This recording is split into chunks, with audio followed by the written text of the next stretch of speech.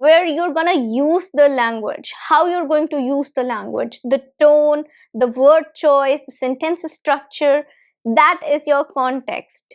You can be asking for a favor to somebody, but how you ask. Hi, everybody. How are you all? Hope you're doing great. So, welcome back to another session of learning English with me. Today, I have a very important aspect of learning. It's called a method or an approach to learning. It's basically a pattern that you take in order to learn something. Specifically, it's important to learn any language, and that is active learning. Now, active learning is something which is very important in the field of learning anything today.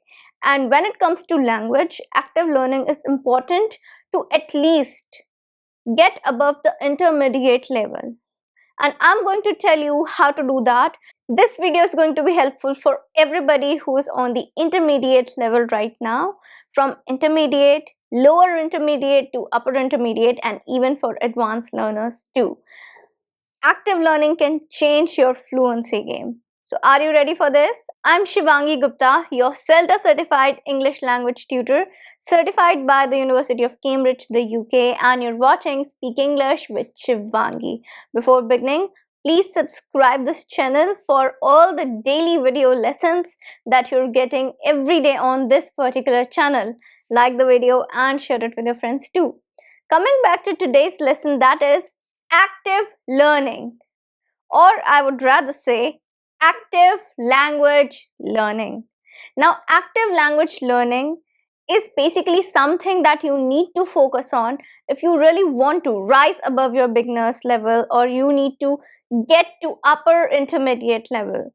Now, this is something that is important for any language learning, whether it's English or any other language, because active learning is how you are practically learning something, and language is a skill, something that you need to apply in the practical world. So, until and unless you don't start using the language practically, you are not going to master it. Active learning is going to be an important part of your fluency journey, whether you know it or not.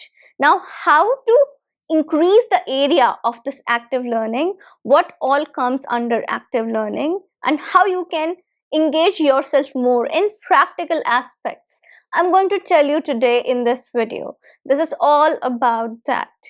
First of all, let me tell you more about active learning. So when we are learning actively, I'm talking about now specifically English language learning.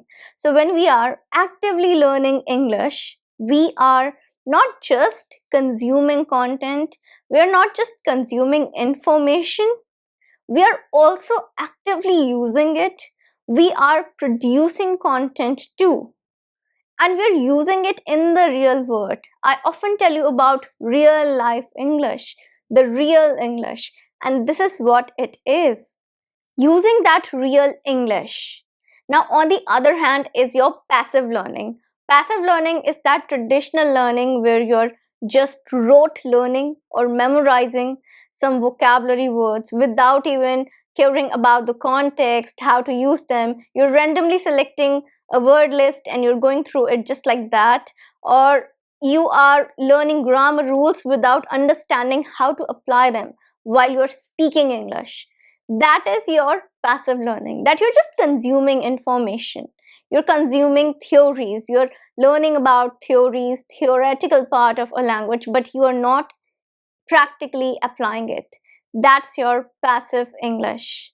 Active English, on other hand, is engaging with the content that you are learning. So when you're engaged with something that you are learning, it becomes active. And when you're actively learning English or any other language, you're gonna become more fluent in that.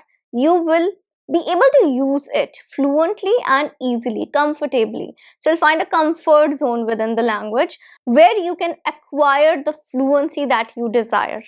Now, there are three techniques, particular techniques of active learning, the three approaches to active learning that I'm going to discuss now.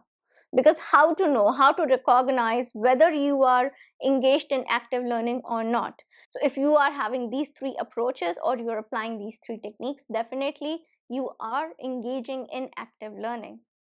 So, technique number one is don't just consume, use it. Do not just consume the content.